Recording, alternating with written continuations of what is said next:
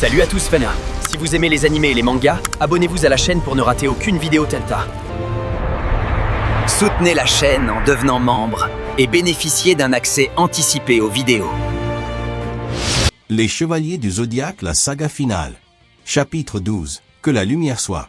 Nous sommes conduits jusqu'au noyau de la dimension du chaos, appelé Wandaria. Nous voyons Mobius, l'un des 12 dieux du chaos. Il sent que l'Orleille de Noël a été vaincu à Alcadea. Il n'aurait jamais cru que de faux dieux du cosmos puissent passer par l'un des portails de la Force Exa. Même Mobius, connu pour être le prophète de la grande galaxie, n'a pas réussi à prévoir cela. Eri dit à son frère aîné qu'il ne doit pas s'en faire. L'Orleille était bien l'un des 12 dieux du chaos, mais avec un sang impur et indigne. Si ce n'était pour la pitié du roi Amadeus, il aurait été détruit depuis longtemps. Maintenant, il s'est noyé dans son cœur de cosmos et s'est autodétruit. Mobius se prononce alors. Même si 4 des 12 dieux de l'Olympe sont tombés, le dieu suprême Zeus et son bras droit Héphaïstos ont aussi disparu. Ainsi, les troupes du cosmos comptent plus d'humains que de dieux. Comparé à l'armée du chaos, la puissance militaire du cosmos est vraiment inférieure. C'est pourquoi le Ragnarok a commencé au meilleur moment. Je n'ai aucun doute sur le fait que nous remporterons cette bataille.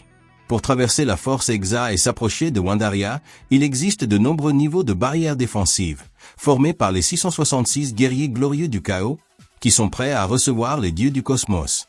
Je me demande combien d'entre eux réussiront à pénétrer ce territoire. Les humains qui sont tombés dans l'Exa ont reçu la terreur des ténèbres à travers les sujets du chaos. À ce moment-là, nous voyons Shiryu du dragon qui avance seul, sentant qu'il est entré dans un monde gouverné par quelqu'un qui possède une anarchie très puissante. Le chevalier est entré dans l'un des portails de l'Exa, et à tout moment l'ennemi peut apparaître. Shiryu sent soudain une présence menaçante dans son dos. Il se retourne et demande qui se trouve en ce lieu.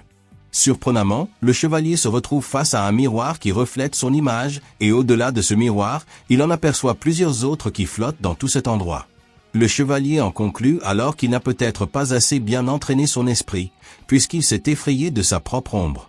Mais ce n'est pas le moment d'hésiter. Et Shiryu doit continuer d'avancer jusqu'au noyau de Wandaria. Le dragon continue d'avancer sans même savoir ce que sont réellement ces miroirs. Et nous remarquons que 2 de ces miroirs reflètent l'image du vieux maître et de Shinrei. Le chevalier du dragon entend une voix l'appeler. Il ressent une sensation étrange depuis le moment où il a envahi cet endroit, comme s'il avait perdu quelque chose de très important. Il se sent aussi épuisé. Et plus il regarde les miroirs, plus il sent quelque chose le consumeur. Le chevalier a la sensation d'être constamment observé par un regard terrible et menaçant, et il se demande si cela se produit à cause des miroirs. Alors une voix finit par parler à Shiryu, l'appelant Vermine de l'armée du cosmos, et lui demandant s'il se serait égaré dans la terre des miroirs appelée Ablins. Le chevalier du dragon demande à l'ennemi qui se cache en ce lieu de se montrer. Et alors, finalement, le dieu du chaos se révèle, et ordonne au chevalier d'Athéna de se préparer car ici sera sa tombe. Celui qui gouverne cet endroit de la Force Exa est le dieu qui protège le monde mortel des miroirs, l'un des 12 dieux du chaos, Modessa de Janus. Shiryu rencontre donc enfin le responsable de cette étrange sensation qu'il ressentait, et il demande à l'ennemi de lui montrer la sortie de cet endroit. Modessa sourit alors et se rend compte que le dragon croit pouvoir le vaincre. Le dieu du chaos demande pourquoi Shiryu est en train de se battre, et le chevalier ne comprend pas la raison de cette question. Au moment où il allait répondre, il est pris de panique, car il n'arrive plus à se souvenir de la raison pour laquelle il mène ses batailles. Quelque chose qui était impossible à oublier a été effacé de l'esprit de Shiryu, le chevalier est choqué. Sa mémoire l'a abandonné, comme si elle était partie vers une autre dimension. Shiryu ne comprend pas cela. Et Modessa révèle que le chevalier ne s'en était pas rendu compte. Son âme a été enveloppée par la malédiction des miroirs maléfiques. Shiryu non seulement a oublié sa mission, mais il ne doit même plus se souvenir de son propre nom, maintenant. Le dragon est stupéfait. En effet, il ne se souvient plus de rien, ni de son nom, ni de son passé, ni même de son présent. Il se demande ce qu'il fait à cet endroit. Et Modessa de Janus explique que dans ce portail de l'Exa appelé Ablins, il existe un labyrinthe créé pour que les âmes du cosmos se perdent en chemin. Il a la capacité de sceller l'un des éléments du cosmos, la bienveillance. Elle est formée à partir des relations construites avec les autres personnes, en commençant par les frères, ceux que tu aimes et respectes, les maîtres, les compagnons, ceux qui partagent le même destin, et les ennemis que tu as affrontés lorsque tu as risqué ta vie. En d'autres termes, tous ceux qui t'ont fait grandir en tant qu'être humain ont cultivé et créé la bienveillance en toi. Les innombrables miroirs qui flottent dans cette dimension sont maudits et montrent ceux qui ont nourri ta bienveillance, les effaçant de ta mémoire un par un. En entrant dans cette forteresse et en traversant 50 miroirs, la moitié de ta bienveillance a déjà été extraite. Shiryu du dragon est maintenant la proie des miroirs maléfiques de Janus. Sans le savoir, le chevalier a fini par perdre la plupart de ses souvenirs, qui venaient de l'amour, de l'amitié et de l'apprentissage tirés des batailles. L'expérience qu'il possédait jusqu'à ce jour a été effacée. Maintenant, ses yeux ne peuvent plus refléter ceux qu'il aime et qui partagent son destin. Modessa demande alors à Shiryu de regarder la bienveillance que ces miroirs de Janus lui ont arrachée. Ceux qui vivaient dans sa mémoire, ceux en qui tu avais confiance, que tu as aimé et avec qui tu as même partagé ton sang. Le dieu du chaos demande si le dragon est capable de se souvenir de ces trois-là.